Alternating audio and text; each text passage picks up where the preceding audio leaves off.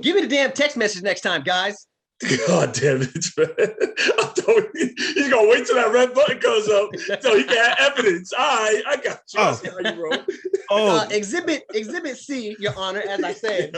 Remember that one Media Marauders episode? Also, do you know, like, it's like 80 degrees in Miami right now? Yes. Yep. Yes. I was looking at that. I was like, that's some good booger sugar weather. Just saying, you know. Okay. It's snowing down there. It was literally.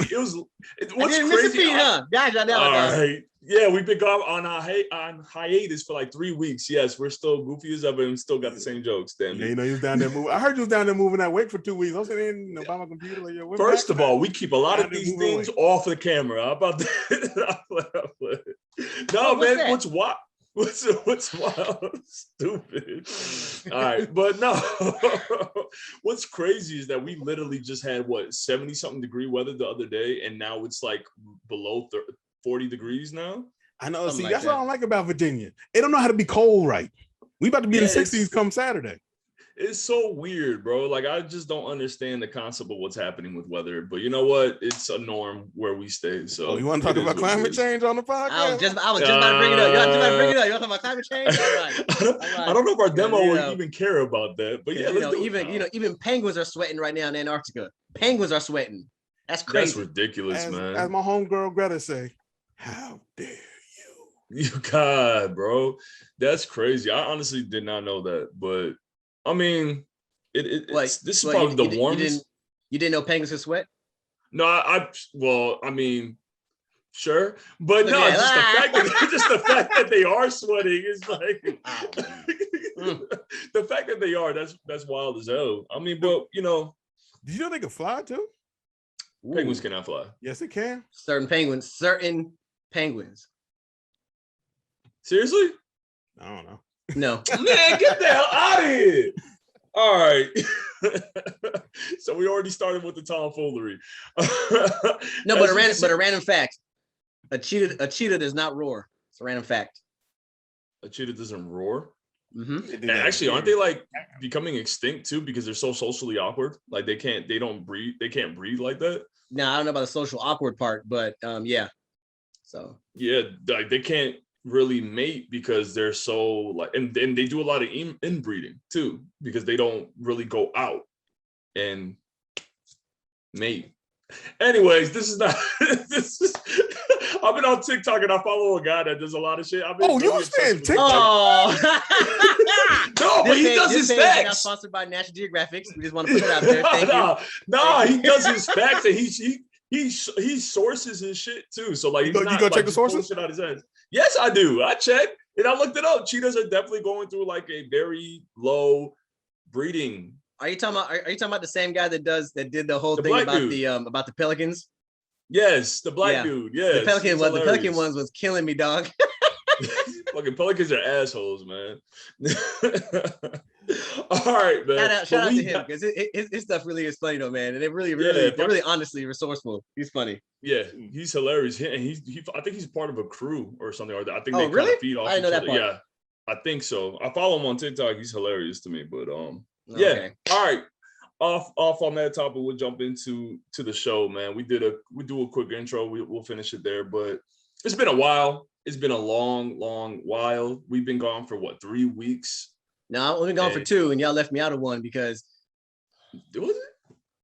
I don't know. All right. Like Thanksgiving, possibly. Yeah, over Thanksgiving. It was the week of Thanksgiving. Yeah, so it's been a grip. It's been like 3 weeks. We almost missed that one. I know. Yeah, I was like, I was trying to make it, but last minute scheduling. But yeah, great job, guys. Great job. Consistency. I didn't see it.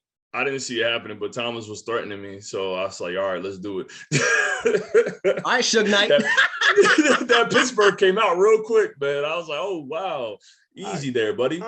Where's the record button? Death Row Records over here. Yeah, right. Ready to hang me off a fucking building.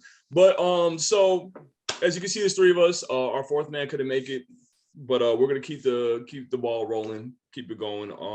Like I said, we've been gone for a while. Personal stuff, taking care of things. Christmas is literally this week, so I don't know about y'all if y'all finished y'all Christmas shopping for family, friends, and loved ones. I am, I got my son what he needed. I felt like he needed. So I'm happy about that. I got him a fucking new tablet. So yeah, 4 years old with a damn tablet. I'm a great parent. I know. First world things. First world things. In my home country, all right. You give him a stick, you give him a ball, and that's it. God, man, we are so Pinball. spoiled. Underway. This like I thought you would look back and be like, damn, I guess I kind of was spoiled. My parents did give me what I wanted most of the time. I had a computer since I was like 3. Oh wow. Yeah. Wow. Okay. So you were more spoiled than I. That's right. But no, so this generation is just more, it's just more progressive. It's ridiculous, man. I don't know. I think so. These kids are already topic of the show. What's up with this generation? Let's go. What's wrong with this generation? No, they don't get whoopings. They don't get whoopings. I try to avoid whooping my damn child, but he does deserve it most of the time when it does happen. But anyways, all right. So you guys already did your Christmas shopping and all that? Y'all good? Nope. Yeah, I just still gotta do it. I gotta bag some stuff up. You know what I'm saying? Yeah, I gotta wrap some stuff too. I gotta bag some stuff up too. All right. Moving along. Welcome back, fellas. This is Media Marauders. This is Max, Thomas, and Mr. King. Gentlemen, it's always a great pleasure to see you guys on my screen and joke about things. It's just wonderful, beautiful moments. We've been gone for a while. I said that more than I need to. Also, keep in mind, we do timestamps. It's gonna be, I don't think it's gonna be, there's some things that I found that I enjoyed that they came out recently, or at least these past 3 weeks. These are the ones that stood out the most. Oh, wait. Before you get into that, I want to show you some good parenting. Oh God, no. Why you say it like that? Because I just, good parenting right here, bro. Look at that. But that's how you got your ass. God, I want to be like him. What was his name? Is it Kazuya? Yeah, I got you, boy. How you doing? That's how you do some rearing right there. That's straight from Panama. Remember that, you guys. Hey, he raised him to be a multi-millionaire. Just saying. Oh man. But all right. So there's a lot. I don't know what we're gonna make I guess we can make our main topic about this if y'all are down, but I recently watched Spider-Man. Now, I'm not going to spoil anything. I'm not going to even mention what happens throughout the movie because it hasn't even been 2 weeks. It's barely been 3. It's barely been 3 days. Yeah, thank you for not doing that. Yeah, let's not talk about it. I'm just saying. I just want to give my flowers. You didn't even invite us, man. So don't even talk about invites. No, first of all, you should talk about invites to anything. First of all, I did, and I definitely put it out there. Don't try to play me, damn it. But no, I want to give the flowers out to Sony / Marvel. Spider-Man No Way Home has become the 3rd biggest global opener of all time this weekend. Now with a confirmed 600.8 million since this past Sunday. The 3rd, yes. You're wrong. I looked it up. Which one's the first? Which one's? It's the 2nd. Now it's the 2nd. It must have just changed. Yeah. Because the first was Avengers Endgame, then the 2nd was Avengers Infinity War, and then 3rd was Spider-Man.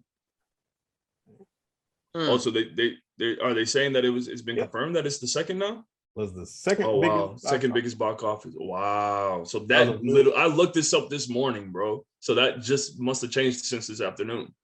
Yep. People skipping work. That's incredible. I'm off, bro. I'm off. People skipping for 2 work. weeks. My Christmas vacation started last week of Friday. I'm good. So none of y'all ain't even working right now. I'm working. I'm not working. He ha. Damn right. Wait. So hold up. So Max, you ain't been to work in the past week. No, I haven't been to work since Friday of last week. Friday of last week. So I don't go back to work till January 3rd. Right. Wait, what were you about to say? You about to joke? No. I'm just wondering. Just wondering. All right. But no, I want to give my flowers out to them. Tom Holland did an incredible job. Like I said, I'm not going to spoil anything. I'm just going to say that I really enjoyed the movie. At first, I was sitting there for a while and I was like, wait, what's happening? And then as the movie kept progressing and things were introduced, you know, some of the trials and tribulations. It was spot on. Great freaking movie. And I know you guys haven't watched it, so I'm not gonna say anything.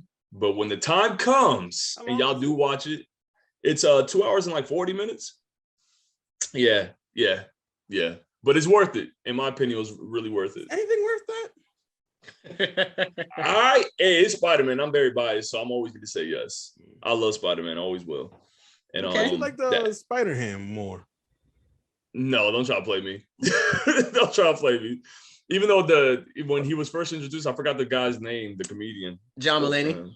Yeah, John Mulaney. He's hilarious. He did a good version of Spider-Ham, actually. I liked it. Yeah, and you know, he's hilarious in Big Mouth too. I don't know if you guys watched that on Netflix. So I didn't mean to watch it, but I know he's hilarious though. Yeah, he's really good. He hating on Peter Porker, you know. I'm not. It's just, you know, I'm good. I'm not gonna read the comic book. I'd rather read the comic book of Noir Spider-Man is on point. You know what? I'm not doing because that comic book too. It's too old for you, whippersnapper. All right. Anyways, damn man, I really wish I could speak on some of the highlights from that movie, but please watch it. Like I said, my hat's off to y'all out there in Marvel Studio. Y'all really encapsulated the character and the story. Y'all definitely grabbed a lot from the comic book. The source of the comic books was definitely there.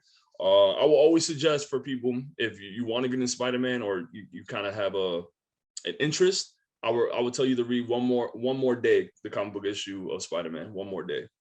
And it really shows Peter Parker how desperate the man can get for what he believes he needs. Hey, don't go too far. Don't be spoiling the comic books either. I'm just saying, I'm not spoiling. Just, you know, putting that out there. But yeah, congratulations. Oh man, I wish we could talk more about that, but we can move on. I got another one. Thank the heavens. Give us the numbers and roll on.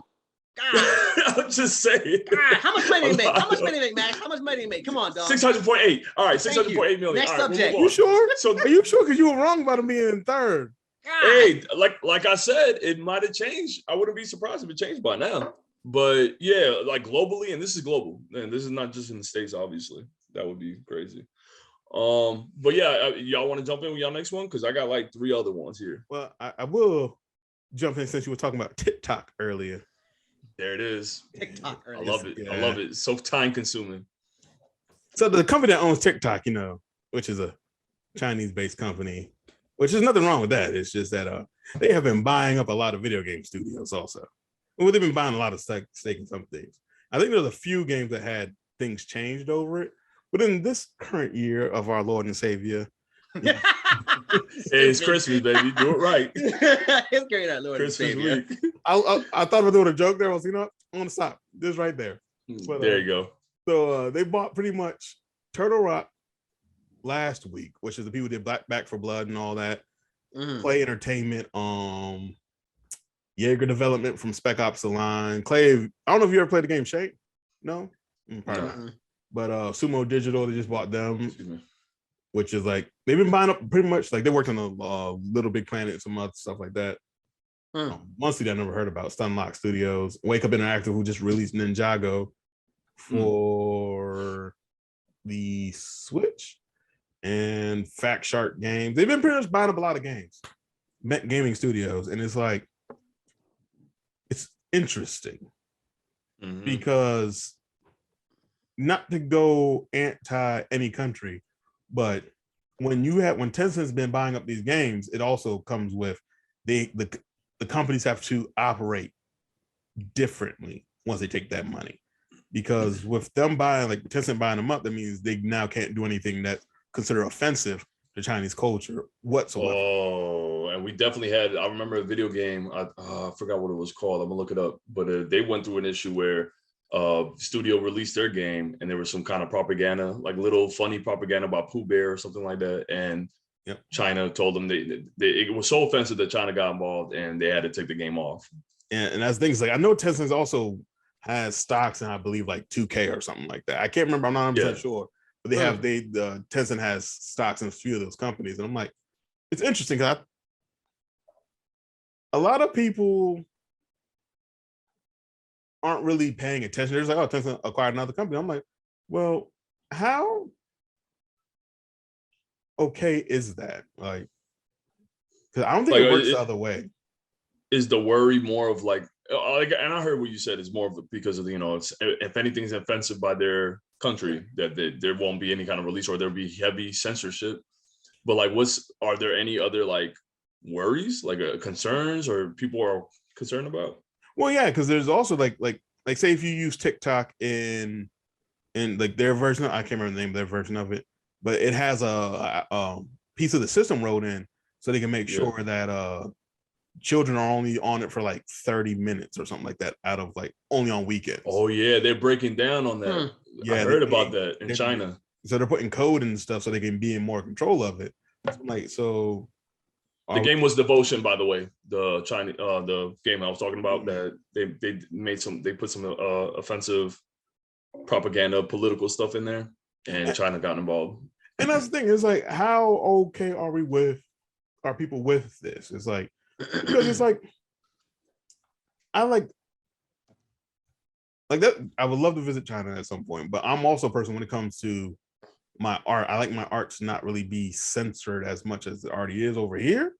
So I'm like, you adding another layer of possible censorship on top of it could be problematic. Yeah, it doesn't sound very exciting. kind of dampens the mood that want to be a part of that. So, and these were American studios, or not all American? Some were American. They're all Western. So it's from UK over to America, but so far they've all been Western. Wow.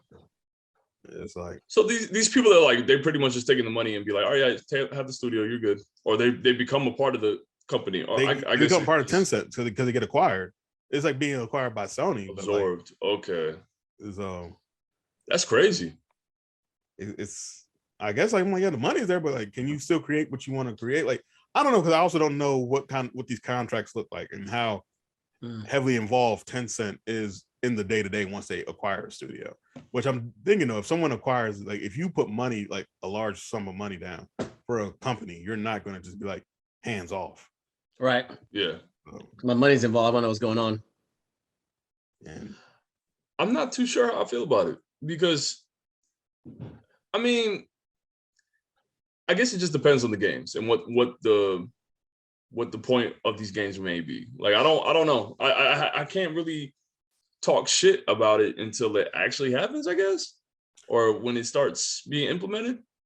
And that's the thing, like, because I know they're also, I know over in like China they have a thing, they're cracking down on video games and stuff like that also. Yeah. So I'm like, it's an interesting. They have this moving over there, like this crackdown on video games, social media, what is it, celebrityism. They don't really care for people being celebrities and stuff like that. So they're cracking down on all of that. And I'm like, for that cultural shift going on over there, and for them to be buying into these companies, I'm like, that doesn't seem like a great thing. Like, there wouldn't really be much productivity. Like, it just seems like you're absorbing all these things just to have more control. Yeah, is that a possibility? I guess you look at it from this way. I guess if you buy pieces of information or buy pieces of, I guess, how can I say it? If you buy data / social media and have the ability to control it, you can control what happens to a certain point or a certain extent, if that makes sense.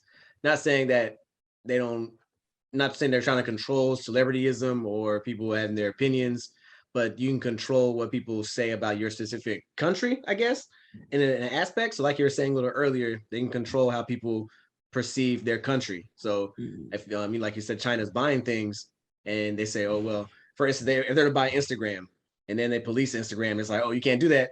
Then I could kind of understand from that aspect, but it's kind of controlism too, where you don't want that to happen. So I get it, but it's kind of hard for me to explain or try to critique it, verbalize it. It's just a thing that I don't think people are like even really paying too much attention to, like, because a lot of times when people do bring it up, they bring it up with some like very like almost xenophobic type of tint to it. Yeah, which is it's like, and that's we're obviously trying to avoid that, but yes, you can't help but kind of tiptoe on that. You got to be careful with it, because it's like term. It's a blurred line there. Because like, even with the new Top Gun movie dropping, there was an issue that people forgot about.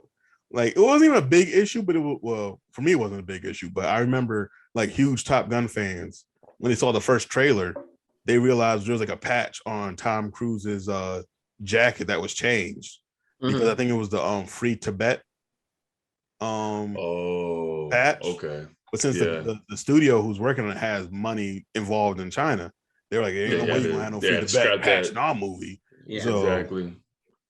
That's the type of stuff they gotta have to worry about. Right. Yeah, it kind of rubs me the wrong way to see that kind of global control or global influence. Like when you're putting it, because in America we since we love our freedom so much, we kind of that's a joke. But I do see it being an issue where too much like that overbearing presence can stunt a lot of creativity, like you said, Thomas. And I don't see, like I said, I can't really talk too much shit until it starts really happening. And I'm not gonna say that China has a track record, but the things I've heard, they're very iron grips on things.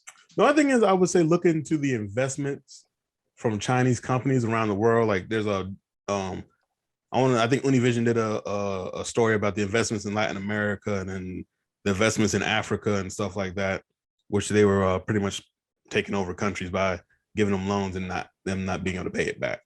But yeah, there's some stuff that people should really be looking into, like on a global scale, but I don't really think people are going to pay too much attention to it.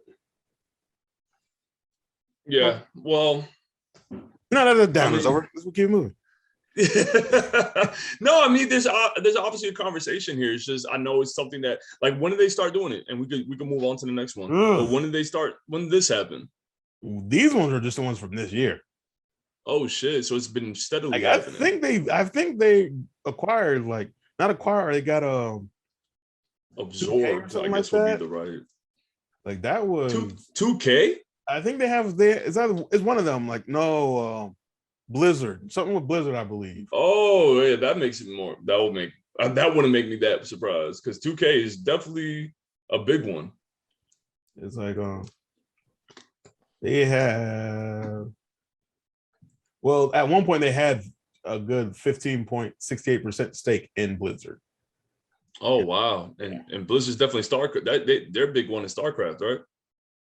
Yeah, because Tencent took part in Activision Blizzard splitting from Vivendi as a passive investor, and I think they do World of Warcraft too. Well, no, they own a lot of the World of Warcraft. No, the Warhammer stuff. They own a lot of that now. Warhammer, there you go. But it's like, yeah, so they grabbing. And there's not. I'm not going to say these are indie studios, but these are studios that they own Riot. They own Riot. That's the one. What? They own Riot Games, and that's Arcane, ain't it? Yep. Not Arcane. League of Legends. Yeah, the League of Legends. They own League of Legends. Yeah, same as they own Arcane, then, right? Yep.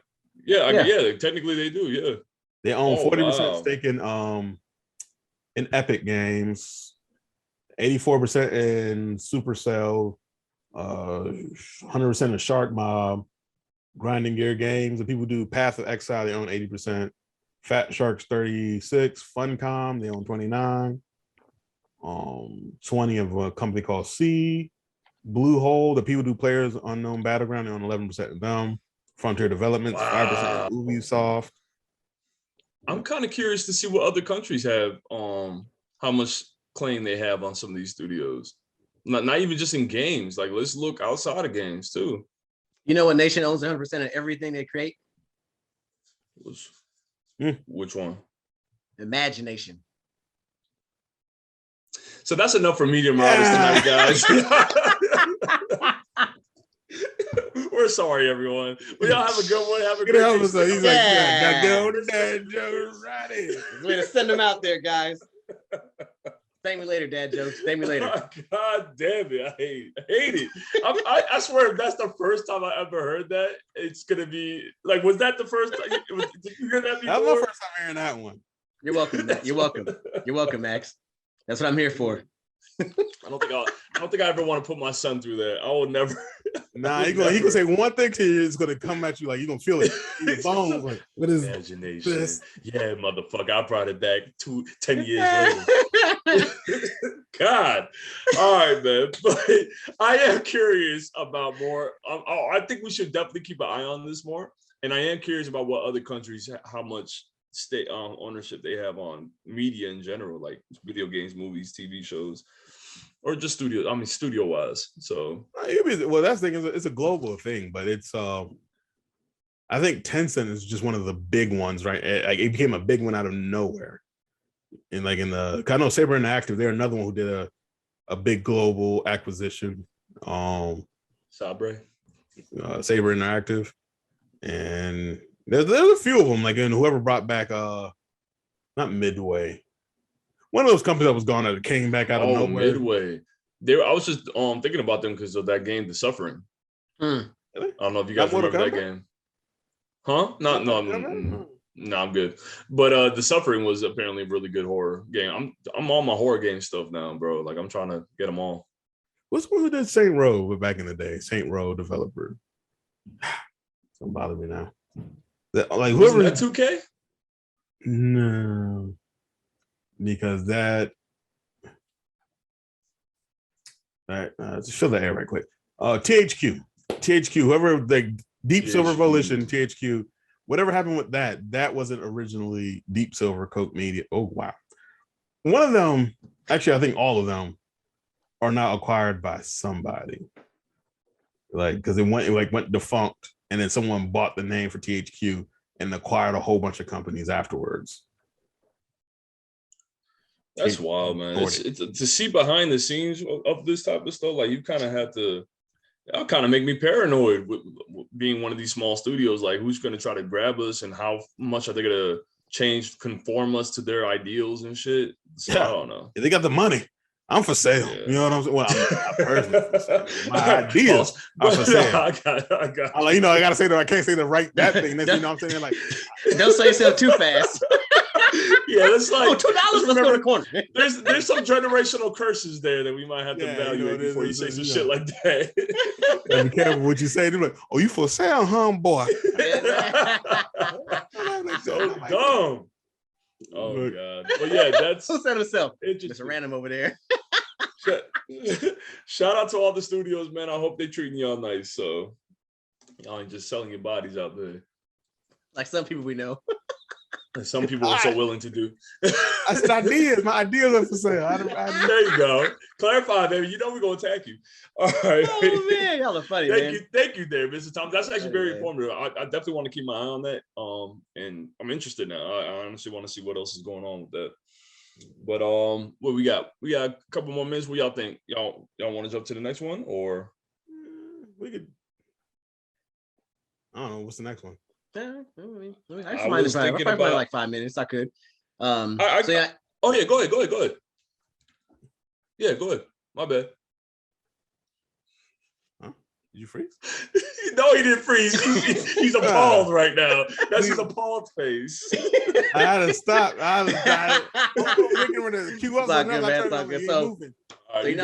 haven't been on the show in a while, so I appreciate everybody being patient with me. But I've been on a show in a long time as well, so it's giving me an opportunity to watch a couple of shows. And so I binge watched a very, very, very, very, very, very entertaining show that came out a long, long time ago.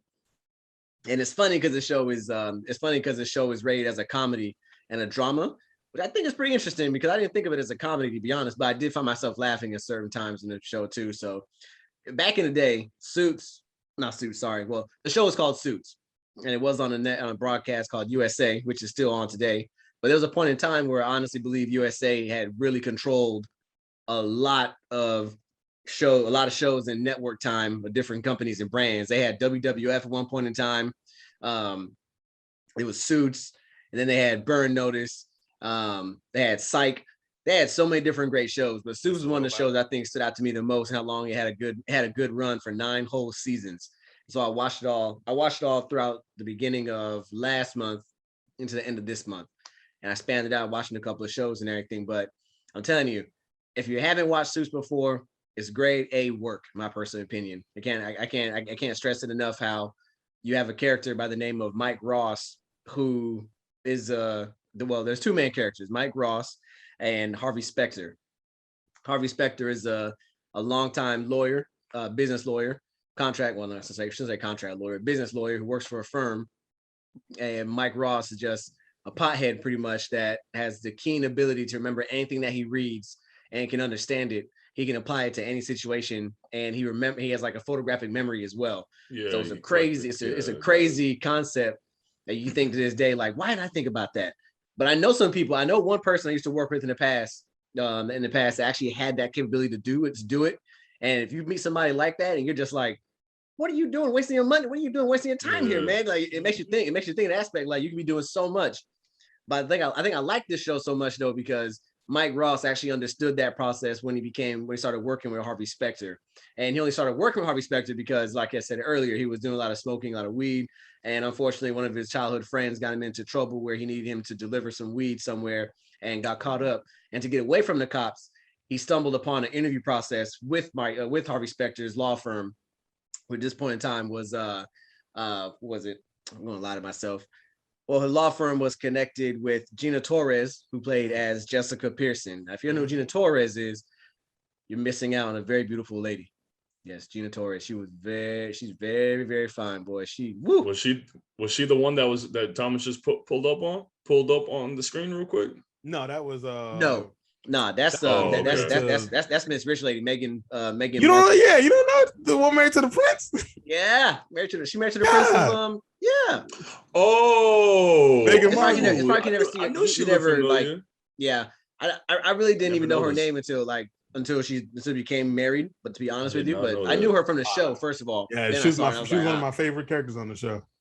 I mean, she's a good character. She's definitely a good character on the show. But I would say that's just another thing. But she did her part in the show too. She ended up falling in love with Mike Ross and everything of that nature too. And so the whole concept of this is Mike Ross never went to school. It's not like, well, he went to college but got thrown out, so he'd never be a lawyer again or anything of that nature. Harvey Specter knew he wasn't, still hired him, and throughout the whole series, trying to cover up the fact that he never went to college, he never went to Harvard. In a prestigious school that he works for a law firm. They only hire Harvard graduates. And so one thing leads to another. Throughout the whole seasons, all the seasons, they're trying to cover up the fact that he never went. But they get caught up in different things such as law firm greed, law firm situations.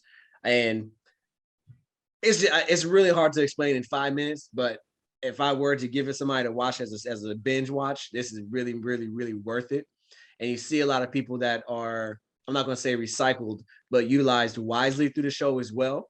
You have some up and comers that are in there as well. Even some of the characters that you see, a lot of characters that were on USA shows such as Burn Notice and Psych recycled through the show as well.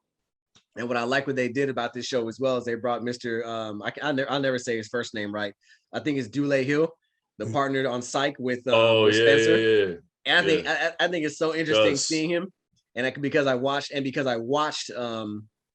the Ballers, because I watched the Ballers with The Rock and him in it, seeing him in a different aspect and not being funny like he was on Psych is just you can see where his growth was in acting and everything of that nature too. And then now he's in the Wonder Years version on, I think, NBC, I think, if I'm not mistaken. I think so. It's really interesting on that.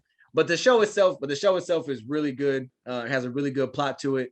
Some things can be recycled within the show, but once they come out of the recycling certain aspects of it, you see a lot of it grow in the plots and also the character development they have on this show. I think is one of the most beautiful pieces of work that USA or the show has done, to be honest, because everybody had their turn to figure out what their motives are and why they're there. And so you see a lot of people go through heartbreaks, you see a lot of people go through growth, you see a lot of people get torn down to be built back up. It's a really, really good show. And I think the teamwork here, in this case, the main characters are supposed to be Mike Ross, which is Patrick Adams, or Harvey Specter, who's Gabriel Match. And a lot of people may not know who Gabriel Match is, but he was actually in The movie The Spirit with Samuel Jackson. Oh, the black and white film. Mm-hmm. Yep. And so, but I think the real combination of teamwork here is actually between him and Gina Torres, though. And I mean Gabriel Match and Gina Torres. They're two of the best people on the scene in the show and series, and I put them against any other couple that you can think of because they always outthink their way out of a situation. I think it's really good about that. Did you watch how many seasons? Go. Sorry, it's 9 seasons. The 9th season is only 10 episodes, so majority of those seasons are 16. Did you watch that the spinoff season Only I got didn't one. watch that one yet. I didn't Oh. get a chance, but the spinoff was because she went to, I think, New York, I think? Chicago. No, Manhattan. Wait a Chicago. minute. Yeah, Chicago. Sorry, you're right. Went to Chicago with her boyfriend at that point in time. And he was a good actor in that show, too. I Two can't actors think of end up his- on Lucifer. Yep, that's him. The African American guy. Can't think of his name right now, but yeah, he's really DB good too. something. I never got into Suits or Burn Notice at that point, but Oh, you're doing yourself a disservice. yeah, I know. That's like when I they had know. a lot less reality TV on USA. Right. Yeah, now right. it's like infested with the shit. Yeah. But all right, bet. Yeah, Suits has been around for a long time, apparently. Yep. So Okay. I give it an A, to be honest. If I were to rank it, I would give it an A. Overall, nice. Okay. I don't know. I don't see myself going and checking it out, but I trust your judgment. So appreciate that. But all right, cool. Thank you there, Mr. King. I guess we'll do a quick commercial break and then we'll jump right back into it. So y'all just stay tuned.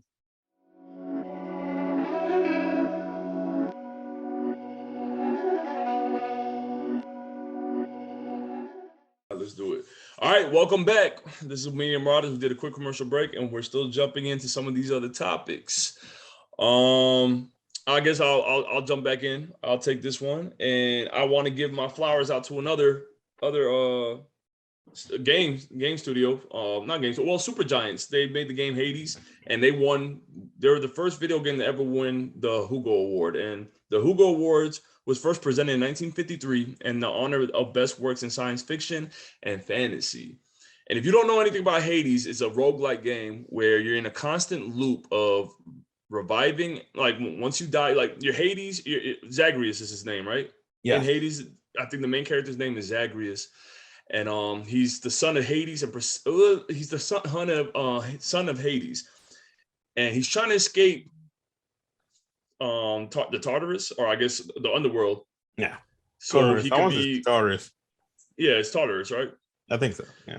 Yeah. So he's trying to escape the Tartarus so he could go to Olympia to meet his cousins and his uncles and his aunts and whatever. You know, he wants to be a part of that. But Hades is very adamant on him staying and ruling over the Tartarus, so the underworld, like his father did.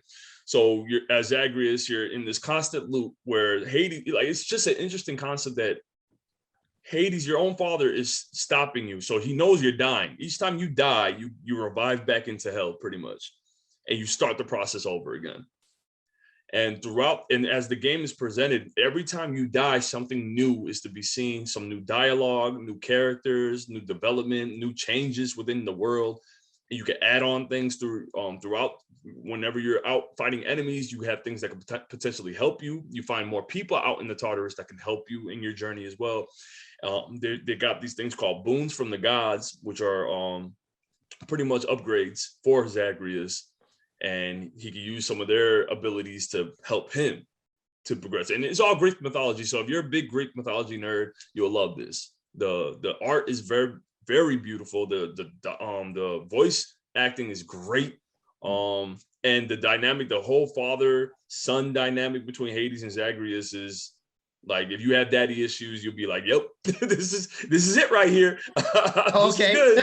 That's how you want to pan out. Okay. All right. I'm just saying, it's like a weird dynamic between them. There's like obviously a love-hate, and Hades is definitely that father that's just disappointing in everything. Like, no, you should be doing this. You're not good enough. No, it's just really good. And then you have Megaria and the Fury sisters are part of it too. It's just so much that's happening. And congratulations, they won the Hugo Award. They're the first ever game to ever do it. So theoretically, you can go through the game and beat it in one roll, right? Theoretically, yes. And there's actually a speed run. I think the shortest one, I don't know if anyone's updated. I think the last time we talked about Hades on our channel, I think it's like 20 to 30 minutes. Someone was able to beat it. I will say, theoretically, you're wrong. What do you mean? You talking about with the speed? You talking about? You can't beat the game in one run.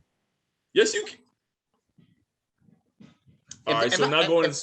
If I find a video, I swear to God, Mr. Random, if I find a video, they beat it in one run, I'm gonna hurt you. I think he's saying it in a sense where, I guess, not to spoil, something obviously happens, I guess. Yeah, I got farther than that, so I know. Whatever. Whatever. I'm definitely on 23 or 25 attempts I've tried so far. So I guess my thing is, all right, let me ask this question first. Do you start off in Hades or no? Yes. You start off in the Tartarus, the very lower. Right. Like it's but like then, yeah, go ahead. Sorry. Okay, so you do start in Hades. That's why I was asking, because if you start off on Earth first and you die and go to Hades, it's a different story. No. But if you start off in Hades first, so you start off in Hades and you make it to Earth first, or you don't ever go to Earth. All right, so people, you start off on the very lower chamber, lower. It's like a tower. You're on the very bottom of the tower. You're rising up to get to Earth, pretty much on the surface of Earth, so you can get to Olympia. Okay. He's trying to get to Olympia, pretty much. So with how Hades has it set up, you're gonna stay on the very bottom with me. Right. Because he doesn't stop him physically when he starts off. Like, he doesn't stop him. He just knows, you're gonna fail anyway. So what's the point? Like, I'm not gonna stop you. Go ahead. You're learning the hard way. Is pretty much what he's saying.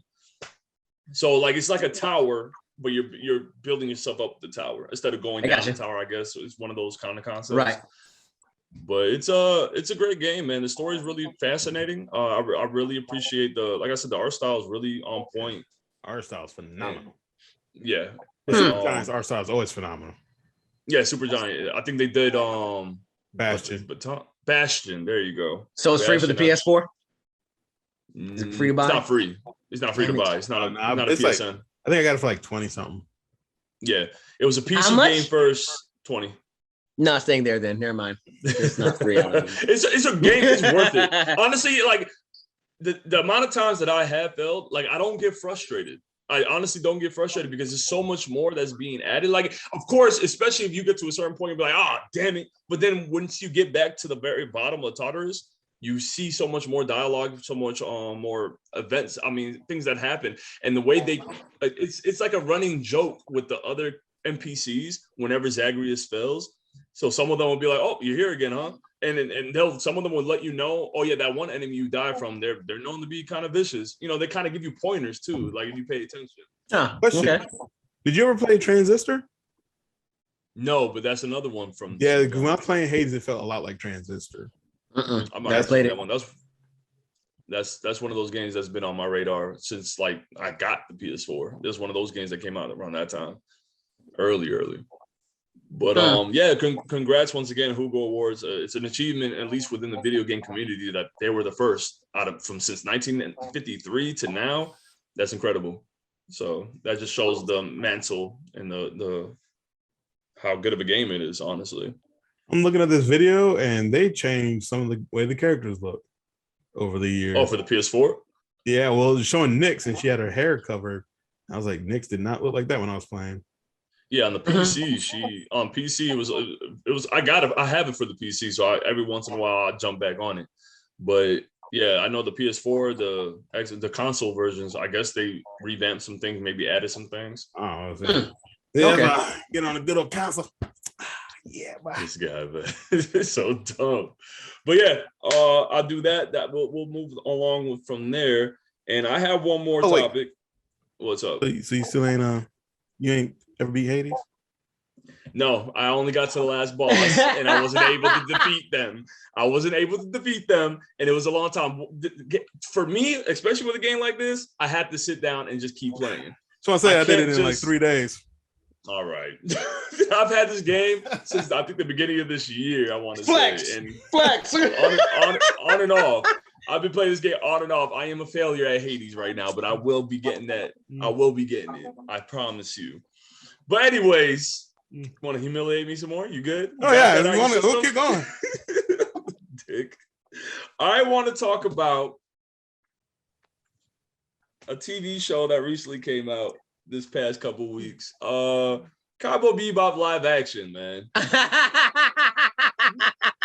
It came out a couple of weeks ago, and they got canceled a couple of weeks ago. It came out a month ago. It came out a month ago, bro. I was looking forward to it too. A month is 3 weeks, dog. A month is 3 weeks. And in that same 3 weeks, it got shot down for season 2. It got November 19th to November 20th. To November 19th, and then announcement that, unfortunately, for the ones that did enjoy the live action of Cowboy Bebop, It has been announced. It has been announced that it's been canceled. I think they announced it last week, around Thursday or Friday. Not even a full sometime month. last week.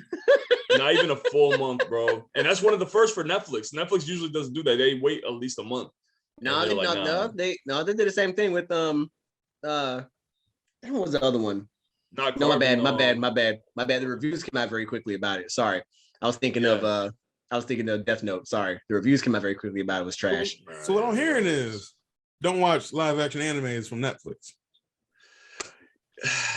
The memes, right? The jokes and memes at themselves on Twitter, dog. I be crying laughing when they do that. Bro, you know what? I was one of the ones that was on the fence. And as I was watching it, it was like 10 episodes. I watched the first 4 episodes. I tried my hardest to watch the first 4 episodes. And when I did, I was like, what the fuck is happening right now, bro? And I'm usually I try to find silver linings. I try to be Mr. Optimistic. But I was like, yo, what we y'all doing, man? What happened? Did they stray from the source material too much, or was it just bad acting? Which honestly, King, is to be expected. There's no way with any kind of adaptation, you are not going to get the exact copy of what happened in the anime or the original source. You know what I mean? I understand that creative differences are going to happen. You know what I mean? I get that. That's fine. It's just that some of the creative differences, just like, why? Like, why'd you add this? Why'd you do this? Why are y'all going this route? Okay, that was not bad. I like that. That was not bad. That was a good way to flesh out this. But overall, it was just trash to me. I'm sorry. It was trash. Wow. It was trash. And y'all know me, man. I try to be, especially with Cowboy Bebop, I try to find the silver lining. I really desperately did, and it just flopped for me. I love John Cho. I love the lady that played Daniela. I forgot what her name is, but that played Faye. The guy that played Jet. Damn, Bushmaster. Yeah, Bushmaster. He was the highlight. He was the best character in there. Like his presentation. Like his presentation, him embodying Jet was on point to me. His voice sounded almost exactly like Jet, the voice of the English voice actor of Jet to me. So what you're saying is, here we go. You know I'm sorry. Go ahead. No. Go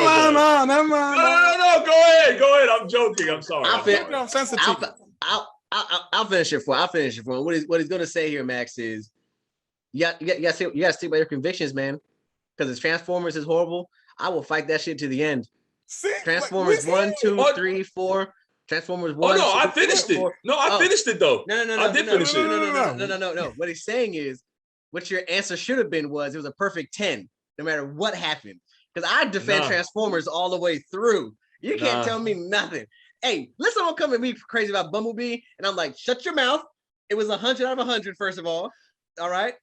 Let me say this. It's my trash. I was take ownership of that trash, and I'll be like, hey, look, if you're not a big Cowboy Bebop fan, watch it. You might actually enjoy it more than the original source material. I think I'm gonna judge your whole very being in existence if you do, but it's your opinion.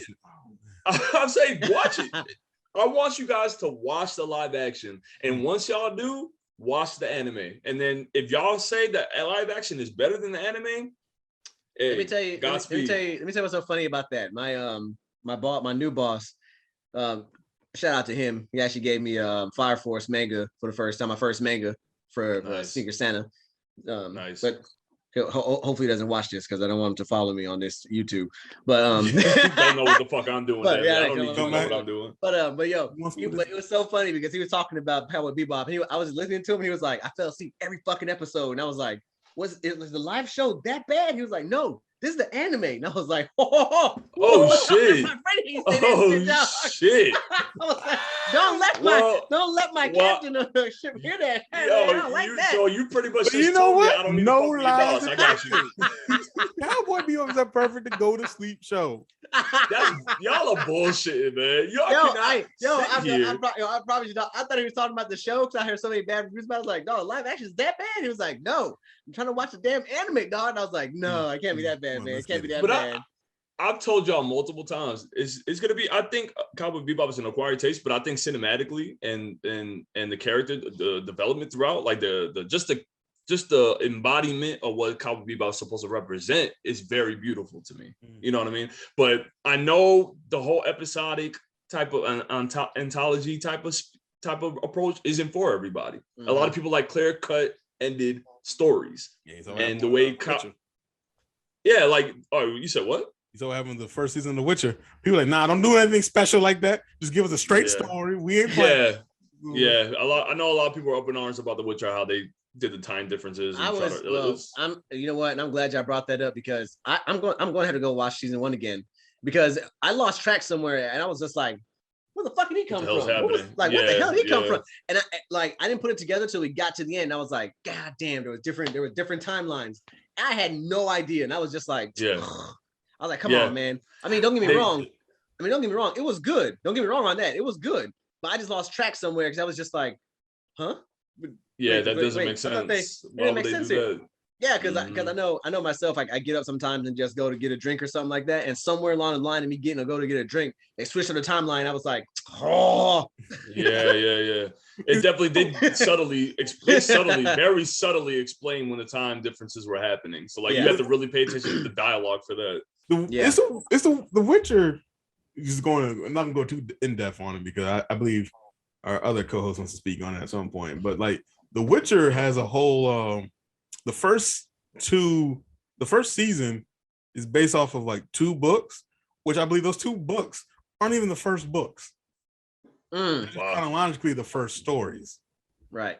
So like a whole bunch. Like, I'm gonna do a whole bunch of short stories just to say because y'all want some more, and that's what they do with those 2 books. So. And then wasn't the cartoon movie a prequel to that too? Am I wrong? Yes. Yeah, because that was originally like Netflix. Netflix can't just follow source material. Yeah, they got to switch up a bunch of shit. Yeah, even though it was an amazing movie, it was a great movie. Yeah. Like for me, I was like, no. The worst thing is spoilers for that anime. I mean, it's been out for a while, right? The anime's been out for a while. Yeah, it's been out for like 2 or 3 months. But like at one point in the anime, when Vesemir got his hand cut off, I was like, this ain't real. Because the dude, like, that's how I knew something was up. Because as soon as he gets his arm cut off, I was sitting there thinking, I'm like, he has both arms in the whole story. So I'm like, why would they? See, if you didn't know this and you're watching, like, oh, he got his arm cut off. Oh, yeah. That's stuff. But if you know what's going on, as soon as that happens, you're like, all right, I see what y'all do. I don't get the reason. Like, and that take it back to fucking Cowboy Bebop, man, the live action. I guess I'm just disappointed in how they handled some of these characters. I think there was like a, for the ones that don't know, and it's not really spoiling. Your heart's breaking as you talk about this. It's just really disappointing, bro. It was really disappointing. It had John. I love John Cho. I thought he did a decent job as Spike, I guess. Yeah. And even Faye, the actress that played Faye, she did a decent job, but like they just took a lot of liberties and they did their own thing, which, salute to y'all for doing that and trying to, encapsulate what Cowboy Bebop is for y'all. And that's cool. It's just, I think I'm disappointed with the unknown with some of the characters, with some of the villains. Like Vicious, we just know he's a power mongering like asshole. Like he's vicious for a reason. Like he's a bad guy. Mm-hmm. And they're trying to flesh him out in the live action, and it's like, I don't think that's necessary. He's just a bad guy. You know what I mean? See, that's they want to get into the psychology of the shit. That's that old school, because Cowboy Bebop dropped what, early 2000s? It first came out in 97 or 98. I want to say 97. That's like when you can pull off the good old bad guy of just, why is he bad? Just cause.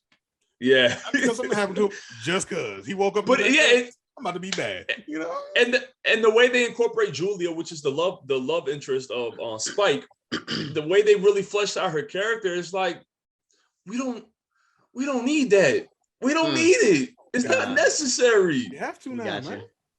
So let me ask you, do you think it would have been better as a movie? No, it would have been impossible. If you know what, let me take a little bit of that back. It wouldn't work as a movie. It wouldn't make good money if they did it as a movie, because not a lot of people probably know Cowboy Bebop like that. So you want to get a wide audience. If it was for the ones that are the fans and they just did a movie, because it's all anthology anyways, if they did a movie, I don't think it would have been that bad.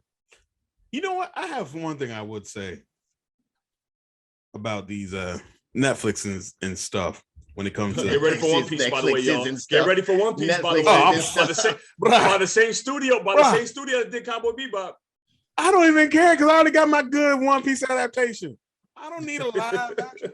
Who asked for it? Damn person. They got the whole crew ready for him too. They got the whole crew. We on episode 1005. We don't got time to go back and watch. My bad. But I interjected. I apologize. Continue. Well, one thing I will say, Netflix, like the people who work on these live action animes or these shows on Netflix that are like have like really big, deep fan base, do not interact with the fans. The fan base. Yeah. You just do not. Like it hasn't worked out yet for anyone. Like like what Cowboy Bebop, they came out there, they was talking what they was talking on Twitter, and people are, okay, should we watch it? What happened? Now they got receipts now, ready to hurry up and mush it in your face. I'm like, a lot of them people who are big Cowboy Bebop fans didn't even decide to pick it up. Yeah. And then I don't know if you heard about what happened with something with the He-Man one that they did, Master of the Universe. No. It's a weird situation because I don't know if it's coming back for a second season. Because wait, the second season already out? That's second half of the first season. Oh, my bad. Okay, my fault. Yeah. I got you. So it's the second arc. Yeah, right. Kind of like how they did Castlevania. I got you. So that was the thing. The first half had like a lot of toxicity that hit the internet. Mm-hmm. Second half, they're like, people weren't even talking about it like that. The first half was like one of the top watch shows on Netflix. Second half didn't even break the numbers. Mm-hmm. Like, and they're like, people aren't talking bad about it. People aren't talking about it. Right. Yeah, period. He just didn't come back for the second half of it. So, wow. So Netflix, I'm like, y'all stop talking all this stuff on Twitter. And I'm like, if they have a crazy ravenous fan base, just be quiet and keep it moving. Put it out. And yeah, it's just that these creators, they take it personally because you're part of something. You're part of a whole genre, like a whole franchise, and you're trying to put the best of your ability to make it, and to make it what it is, but in a different approach, possibly. And I get that creative differences. You want to try something new. You want to alter a little stuff. That's fine. But you're not gonna make everyone happy, and that's what it is. But that's the thing, though. Like when you have a fan base like the Cowboy Bebop, people like the people I know who use the nickname Spike, or they have like they live with a reference, they have like tattoos on them. God, like them people don't want anything different. They want you to live scene for scene, shot for shot. That's impossible. I live in reality where you're not gonna have carbon copies to that point. And that's the thing. At that point, what's the point of even doing it? Mm-hmm. And then they also said one of the big reasons they really got canceled, return of investment. That TV show must have cost a lot to make. Yes. And they're like, Carbon, I saw that Altered Carbon was like $7 million an episode or some shit like that. So you can imagine Cowboy Bebop had to be a few around the same or a little bit more. That's the thing. One Piece ain't getting more than 3 seasons. More than 3 seasons max. You talk about the live action? Yeah. You think it's possible for them? 1,000 something episodes. You gonna have them people grow up. We all know the art style is gonna be completely. They better start in chapter 800 if that shit to be my damn. They better start. Bro, it just doesn't. That's think about it. That's like One Piece has been going on so many years. How you gonna do a live action and run the same amount of time as the anime? Look, man, they better look. They better just get the whole crew together, do the time skip, get the content. They better do something fast. Like, we got. I remember, like, I think I've seen one Piece fan who really was like, "Yeah, we really want to see that." It was like, "Oh, this is cool. We might watch it, but we don't really care." Bro, it's like I watched the video on it. Someone was kind of explaining how trying to transition One Piece into a live action isn't going to have the same effect than how the manga and the anime does it because of how cartoony, outrageous. Oda's his name, right? Oda. Yeah. Oda. Yeah, like how he encapsulated his world, like how vast he made his world, how unique he made it. It's like you can't put that on the screen. So I'm curious. Go ahead. None of the fans of One Piece have high hopes for this. We're just like, we'll watch it. Look, yo, you see that thing that they made on Netflix? You know the fucked up thing is this shit is gonna be so people are just gonna lower their expectations so low for this that it's actually gonna be pretty good. Yeah, that's the best part about it. I'm gonna get so upset if they do that shit because I'm curious how they're gonna do the effects. Like Luffy is literally a plastic man. Like he's a Marvel character. Rubber band. Rubber band man. Yeah, sorry. Gumu. Like yeah, like it's just I just don't understand how they're gonna make this shit work, bro. I don't understand how it's gonna work.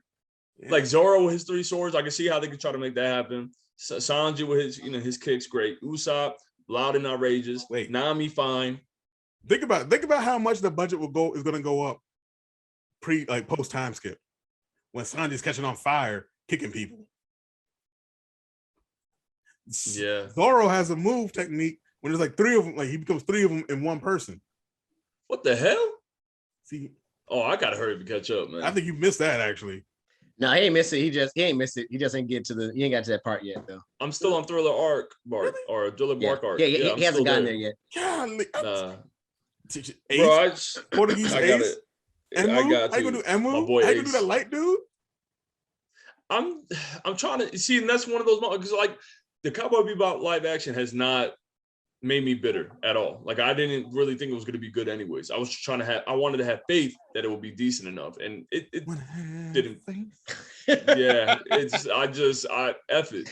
But so I am curious how One Piece is going to pan out. They even talked about making Samurai. I think they should have stayed with Samurai Champloo being a live action because it's more realistic, even though it gets pretty outrageous. But it's way more realistic than it could be for Cowboy Bebop. I think that's the thing. I think when it comes to live action animes, even though it's not topic, live action animes are the more easier, it's the more down to earth ones. What though? Cowboy Bebop was a more down to earth one, and they still messed it up. So, I mean, they really do. Spike won't even throwing fireballs or nothing. Yo, you know what's a better live action than Cowboy Bebop? Dragon Ball Evolution. Don't you dare do that. Don't you dare. You better get off that fucking ledge before somebody fucking I'm joking. I never watched that one either though. So yeah, that was a bad. I can't really believe you, man. That was really fucking bad. And they probably turned it off right there. Like, no, I'm done. Yep, that was. Did you see King's face? Like he really looked up. He like really was shocked. Moth was agape. Hey, they never got their sequel either. Yo, they never will. I just can't believe they had the audacity to do that though, man. Yeah, that was a fucking horrible movie, man. That was a horrible fucking movie. But no, you know what? I mean, Dragon Ball Evolution. To the team of Cowboy Bebop live action, y'all did y'all best that you could. Like, I really want to sit down and pick y'all brains why y'all decided to do the things y'all did. But that's just me being a fanatic for Cowboy Bebop, and diehard as I am, I'm still curious. Why would you end it like that? That's so it's just weird. It was so whatever. So you still looking forward to the last Airbender? Whatever. You said what? You still looking forward to the last Airbender? I am actually hopeful for this one too. Like I saw the cast, like I saw all the cast that they picked, and I did hear about what I don't like is that the people, the creators, DiMaggio and his boy, the ones that created the Last Airbender, they're not a part of it anymore because there's too much of creative difference. So that definitely has me very worried. Netflix can't walk in and like, yo, this is the Netflix way. Yeah. We got to put our own flair into this shit too and ruin it all. Yeah, sprinkle all that bullshit in there. Bro, that part I'm very wary of, and all I can say is I hope they can stay as close as they can to the cartoon or anime, because people will argue that to death. But live actions are not going to go anywhere. Like they're going to stay being prevalent. People love it. It's a cash grab. It's an easy cash grab, and they don't care about the negative reception from it. That's my opinion right now, anyways. But y'all did the best y'all could, and that's all I can say. Cowboy Bebop was a journey, and I will. The live action was a journey. Please watch the damn anime, you guys. Just watch it. Watch live action. I feel like that does it. I'll tell y'all to the audience. Forget my host then. The audience, please watch the anime. Please watch it. Do yourself a freaking service and watch the anime, and let us know down in the comments what y'all think about it too. Please let us know. Yeah. What? You have more to say on Cowboy? No. I'm good. I mean, that's technically it for real. That's all I have. Honestly, there's nothing else for me. So y'all have the floor. Y'all have anything else? I just want to ask, is there anything y'all looking forward to coming out next year? That done. Well, go ahead. Now I was gonna say that what was the last show? The last show we did, I remember we talked about a couple of games coming out. There was one of them that I thought it was pretty good with I think it was a Knight. That one. I'm pretty interested in that game. There was some kind of Elden Knight. Ring? I think it's that one. I think it is. Oh yeah, I'm actually curious that. about that. And then we talked about off channel. We talked about a game. I saved the actual link to it. Have a Nice Death. So that was pretty. I'm actually gonna buy that. Have a Nice Death. Have a Nice Death. Which one is that one? We like I said, someone posted a video on there within our chat that we had, kind of like Hollow Knights mixed. Yeah. Okay. It's like I remember his Death wakes up or something like that. He has like a cup of coffee or something. Yeah, apparently his job. Well, I guess he's working at a desk as Death. And then I just remember saying he's working. The job's not getting done, so he takes the matter into his own hands. And I don't know what the rest he does, but it seems pretty good though. Like I said, I think it's a very showy version of Hollow Knight. So I'm definitely gonna look into that one next year. Mm-hmm. That's another game I need to get back on. I don't know. Me personally, I really fell off anime. I've been watching reruns of things, but I've been reading too. So I don't know, man. I really want to get that new Berserk Volume 9 Deluxe, but I don't know. I have to get back. Maybe another time with y'all with that, because I can't think of something what I'm looking forward to. Jujutsu Kaisen the movie. Oh yeah, there's a movie coming out. Yeah, Jujutsu Kaisen 0. Oh, they're making a movie out of the first, the manga that started it, but that wasn't part of the story. Yeah, it's like it's a prequel pretty much. It's kind of like sometimes they'll make a manga like this is the idea, but then all of a sudden like even One Piece having one called like Unlimited Red or something like that, where they were like they do a story like a condensed story into one manga book. Mm-hmm. But then they're like, we'll expound on it and make a whole anime. Like the main character from the book is not the main character of Jujutsu Kaisen, but they're bringing him back into the story. I got you. Yeah. Okay. And damn, I didn't think of a media suggestion for today. Do y'all have one? Well, I will use what I'm waiting for coming out next year, which is Final Fantasy Origins, Strangers of Paradise. I've been seeing some more gameplay of that. I watched the Red Mage gameplay. That shit looked fire. I'm telling y'all, man, after I played the beta, I was like, yo, this is like it. The first showing was but after playing it, like the beta, seeing what they're doing with it, and I'm like, I remember playing like Final Fantasy 1 as a kid. That was like my first RPG. And I'm like, yo, Final Fantasy 1? Yeah. So them having like Sarah in it from Final Fantasy and like all these things from, I'm like, I don't know if it's gonna be a retelling of Final Fantasy 1 or it's like they're doing like a remake thing of it. They mentioned something like that, didn't they? Yeah, like there's a lot of different characters from it. I'm looking forward to it. It's one of those games that after the holidays I'm gonna pre-order it. Okay. Mm-hmm. All right. Yeah, do you have any other do you have any suggestions there, King? Any media suggestions? No, like I said, I'm just looking forward to Have a Nice Death.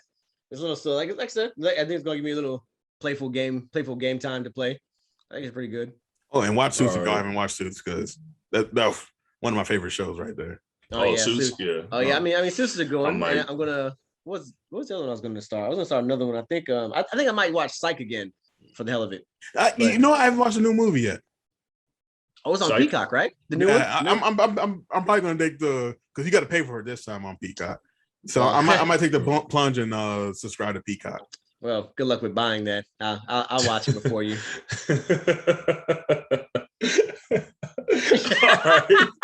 I don't have any media suggestions. I failed you guys. I apologize. But we got some out there in the ether. So y'all check it out. The viewers, subscribers, all y'all check it out. And thank you so much for keep coming back. You know, we see the Facebook. I still see views from Facebook every now and then. So there's people are paying attention to it. We're getting out there somewhere. So that's the point, right? Yep. But yeah, other than that, that's it. So this is Media Marauders. Keep coming back. This is Max, Mr. Thomas, and Mr. King. And please click like and subscribe. Don't forget that bell inside all Media Marauders content. Please check us out on all our social media platforms, Twitter, Facebook, Instagram, all of those places, all those grand places. And please have a safe holiday. And the New Year's, Christmas and New Year's. I guess you have to. This is like a political way of saying this now, right? You can't say Happy Christmas, Merry Christmas now. Merry Christmas, Happy Holidays. The political way has always been Happy Holidays. Yeah, that's it. Happy Holidays. That's all of them. But Happy Holidays. To my hosts and the subscribers and viewers, man, y'all please have a safe and happy holiday. Kwanzaa, he wishes a happy Kwanzaa. Have a happy Kwanzaa. You let him finish. See, look at him, ready to attack me. Damn. But yeah, I was gonna forget. But yeah, y'all have a good one and have a happy New Year. We'll see y'all in the next year. We'll probably do a couple more episodes. We'll deliberate that and make sure. But please be safe. That's all, man. It's a crazy year. Let's end it on a good note, and we can start off on a fresh one. So, till next time, y'all. Peace out. Media Marauders, baby. Good Bite did nothing wrong.